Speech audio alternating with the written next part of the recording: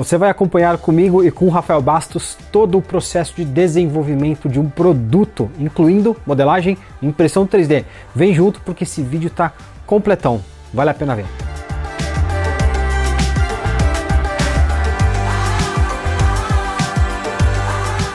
E aí, tudo bem? Eu sou Oswaldo Salzano, essa é a 3D Print Academy e nesse vídeo eu vou dar um desafio para o Rafa. Olha só, eu quero um porta-vinhos que eu possa deixar na minha mesa, uma peça bonita, uma peça compacta, uma peça que segure algumas garrafas de vinho sem quebrá-las, obviamente, mas principalmente eu quero um produto que possa ser fabricado na impressora 3D e que fique bacana. Então eu vou jogar essa bola para o Rafa, ele vai quebrar a cabeça para desenvolver esse produto. E antes dele começar a dar a nossa aula aqui, eu já te peço para se inscrever no canal, ativar as notificações, deixa teu like para mostrar pra gente que você gosta de vídeos como esse. E agora, Rafa, o desafio tá jogado aí, vê o que você faz, eu quero uma peça bacana para minha sala. Fala, meu querido, e aí, tudo bom? Eu vou mostrar para vocês aqui agora como foi o nosso processo de criação desse produto. A nossa ideia foi fazer a modelagem dele o mais simples e minimalista possível, para que você possa trocar o tamanho das garrafas, a espessura, customizar o seu produto de uma forma fácil. Então vamos lá para a tela entender como é que tudo isso funciona.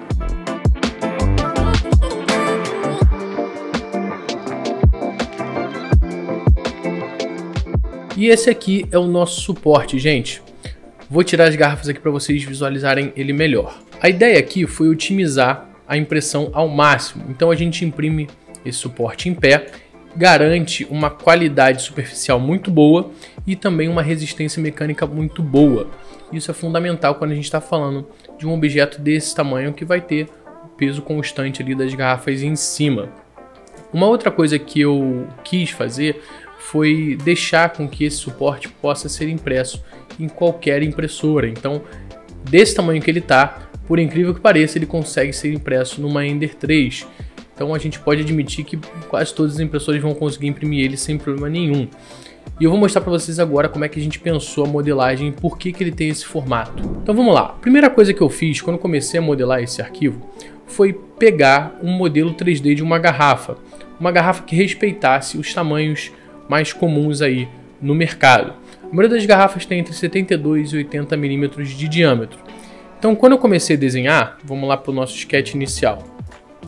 Eu já peguei o perfil dessa garrafa e criei um círculo um pouco maior, com 85 milímetros, para ter um respiro, né, para você colocar ele com mais facilidade. E em vez de eu conseguir botar aqui, em vez de eu botar 85 milímetros, eu criei um parâmetro.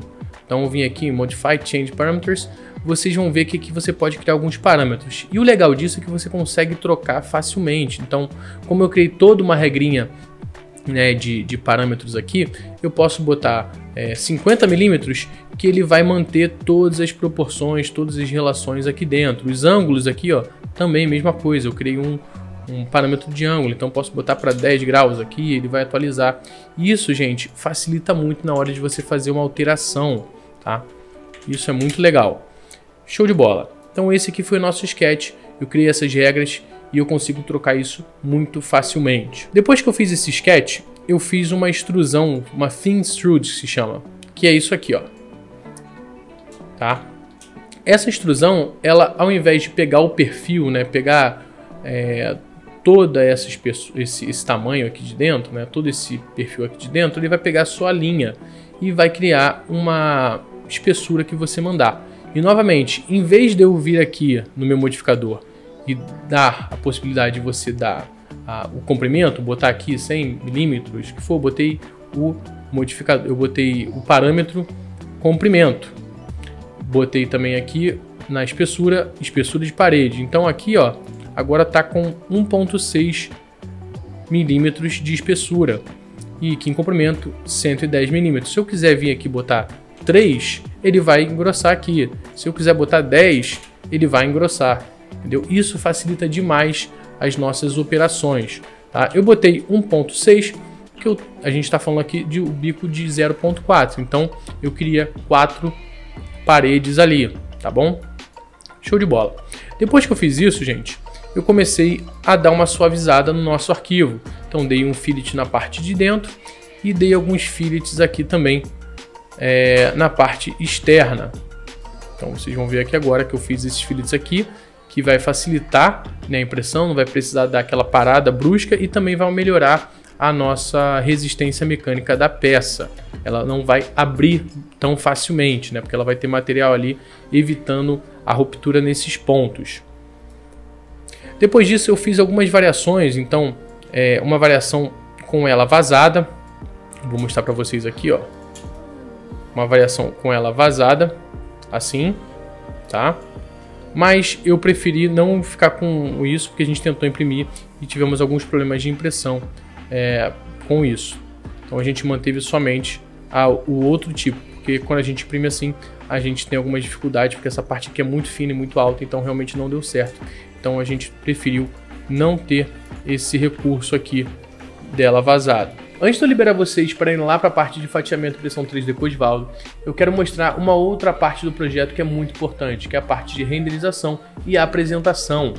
Então aqui nesse projeto, quando a gente teve a modelagem pronta, eu fiz algumas imagens 3D renderizadas. Então a gente coloca nessa parte as texturas, as cores, os mapas de opacidade, mapa de bump, enfim, várias coisas um pouco mais técnicas que eu mostro no curso de impressão 3D também. Então vocês vão aprender a fazer tudo isso que eu vou mostrar aqui para vocês aqui agora lá. Mas a ideia aqui é trazer para a realidade como seria um projeto, né, na vida real. Então você pegar um produto no mundo virtual e transformar ele ali uma visualização que seja fácil das pessoas entenderem. Então a gente vem aqui na aba de render, por exemplo, vocês vão ver que o Fusion 360 ele já tem um estúdio virtual aqui dentro. Então você pode mudar as cores, você pode mudar várias coisas aqui com alguns cliques só. Isso é muito legal, que você consegue visualizar, fazer variações, e você também pode fazer uma renderização em tempo real. Então tudo isso ajuda muito a gente visualizar como é que vai ser um produto lá no final.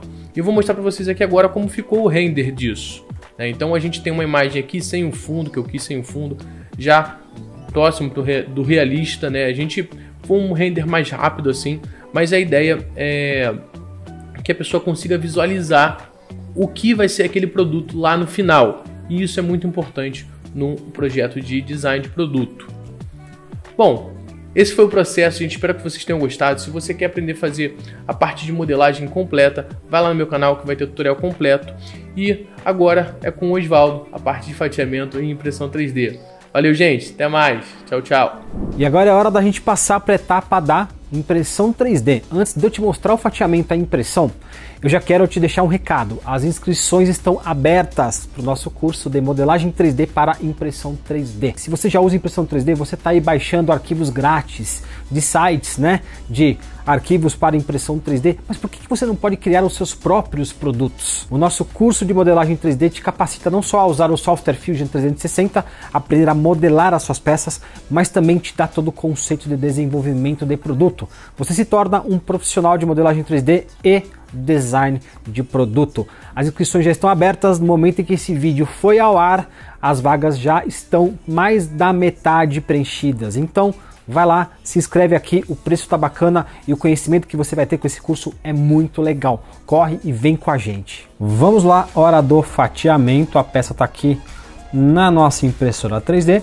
Eu vou passar rapidamente as configurações que eu encontrei como as ideais para um bico de 0.4. Primeiro a gente vai fazer com esse bico aqui, depois a gente vai otimizar a impressão. Vou imprimir a 0.3 mm de espessura de camada. Vou imprimir com 3 perímetros, então a parede tem 1.2 mm. Em fio 0, por quê? Porque ela vai ter só perímetros, não vai precisar imprimir em fio nela. Top bottom, 5 top layers, 5 bottom layers, o que te dá aqui 1.2 mm de espessura da base e do topo. Aí, vamos lá, material 205 graus, vai ser PLA, pode imprimir em ABS, você coloca a temperatura do ABS e tá tudo certo. E velocidade, 40 mm por segundo. A gente trabalhou aqui com as configurações básicas, porque foi um modelo muito bem, digamos, modelado, né? Então ele está pronto para imprimir com as configurações básicas, sem muita frescura, sem muita configuração avançada. Então vamos fatiar. Um dia, 7 horas e 20 minutos. A gente está falando aqui de 31 horas. É isso? É isso mesmo. 31 horas, então guarde este número com você. Agora, ok, pode imprimir, beleza, vai ficar bacana. Aqui tem o bico 0.4, é assim que você imprime mesmo. Você pode trabalhar com um pouquinho mais de velocidade, talvez. Enfim, para ganhar um pouquinho mais de tempo de impressão. Eu não trabalharia com os perímetros, porque essa peça tem que ficar resistente, então não dá para reduzir perímetro aqui. Mas, olha só, se a gente mudar o bico para 0.6, isso é muito legal. Eu vou fechar aqui. Com o bico 0.6, que é um bico de espessura maior, desculpa, um bico de diâmetro maior, né? Você consegue imprimir uma linha de espessura maior. Obviamente aqui, né, a espessura da linha 0.6, ele faz isso automaticamente, mas eu cancelei a janelinha aqui, então eu mudei manualmente. E aí com o bico de 0.6 você vai conseguir fazer algumas alterações que vão otimizar o tempo de impressão sem perder a resistência da peça. Primeiro, eu vou poder aumentar a espessura de camada para 0.4, uma camadinha um pouquinho mais grossa. E você também pode trabalhar aqui com a espessura da parede, né, com os perímetros. A gente vai continuar com 1.2 e ele automaticamente coloca aqui 2 perímetros em vez de 3, com o bico 0.4 eram 3, agora são 2, olha que interessante. A gente pode trabalhar também com top bottom, né? Como a gente aumentou a espessura de camada para 0.4, a gente aqui pode reduzir para 3 top layers e 3 bottom layers, que será suficiente também. Mais alguma coisinha aqui que a gente vai trabalhar. Em fio a gente está com 0, mantém em 0. Importante, como a gente está aumentando a vazão do material, porque o bico tem um diâmetro maior, a gente aumentou a espessura de camada, o que é importante fazer? Aumentar a temperatura também de extrusão. Então eu colocarei aqui 210, dependendo da impressora 215, tá? E velocidade eu estou sendo bem conservador, 40 mm por segundo. Agora com todas essas alterações, com a alteração da espessura de camada, com o número de perímetros, também com o número de top bottom layers, a gente consegue fazer o quê? Fatiar, e agora você vai ver o ganho no tempo sem perder as propriedades mecânicas da peça. Terminando o fatiamento agora com o bico de 0.6, olha só, de 31 horas a gente diminuiu o tempo de impressão para 20 horas. A gente matou aí quase 1/3 de tempo. É tempo pra caramba. E é assim que a gente vai imprimir então com essa otimização de 31 para 20 horas. Hora da impressão e depois eu quero que vocês vejam a peça pronta.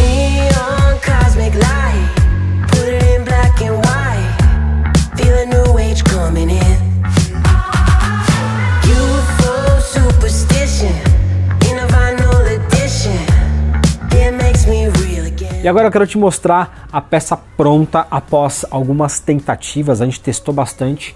Olha aqui o nosso suporte. Então aqui você tem 6 garrafas de vinho, né? Ele está bem compacto, usou relativamente pouco material, mas a geometria que o Rafa pensou na hora de modelar possibilita o empilhamento, né, de 6 garrafas sem que a peça quebre, está super resistente. A gente usou uma Artillery Sidewinder, que tem uma mesa um pouquinho maior, mas essa peça cabe numa Ender 3, que tem mesa de 25 por 25 centímetros, então você consegue imprimir. E a gente, enfim, otimizou o material, otimizou o tempo de impressão. Agora eu vou contar um pouquinho dos desafios, né? A gente ficou aí uns 10 dias entre a ideia e a peça final, mas a gente passou por uma série de desafios. Qual é a geometria ideal para que ela fosse resistente? A gente fazer uma peça que fosse otimizada do ponto de vista de tempo e de uso de material e que fosse resistente, fosse fácil de fatiar, que a gente não tivesse dificuldade em fatiar, principalmente no que diz respeito a retrações, né, ao caminho da peça e as retrações. Se você usa processos tradicionais de desenvolvimento de produto e fabricação, isso pode levar às vezes meses para você fabricar um protótipo, porque no final das contas existe a questão muito importante da carga estática. Você vai colocar garrafas de vinho, elas vão ficar por algumas semanas, talvez meses. A peça, dependendo da geometria, da quantidade de material, das configurações de fatiamento, você talvez pode ter uma peça que comece a ceder e a garrafa vai cair, vai quebrar, não vai ser uma coisa muito agradável. A gente chegou à conclusão que o simples talvez fosse o mais eficiente. E muitas vezes a gente tenta rebuscar as coisas, né? E a peça ficou muito bacana, ficou realmente espetacular. Em 10 dias a gente teve a ideia e teve a peça pronta, que agora pode ser simplesmente replicada em impressoras 3D e possa ser vendido. Olha só, vão me perguntar preço. Eu vou dizer o quanto eu pagaria por essa peça. Eu pagaria por ela mais ou menos R$150, tá? E você pode usar diversos materiais. A gente fez aqui num branco bem bacana da Cleaver, que é vendido pela Tecnocubo 3D. Vou deixar o link aqui na descrição para você comprar esse material, que é muito bacana, que deu uma aparência mais opaca à peça. Não faltam possibilidades para você tornar uma peça simples, uma peça ainda mais bonita do que ela já está. Então, te reforçando, para você ter o conhecimento para criar peças como essa, que possam ir para o mercado, serem vendidas, tem nosso curso de modelagem 3D, o link está na descrição, inscrições abertas, as vagas estão se esgotando. Se você quer saber mais sobre impressão 3D, desenvolvimento de produto, modelagem 3D, eu vou deixar mais vídeos aqui desta, que não é uma simples escola de impressão 3D. Nós somos a 3D Print Academy, te vejo no próximo vídeo, muito obrigado por estar com a gente. Tchau!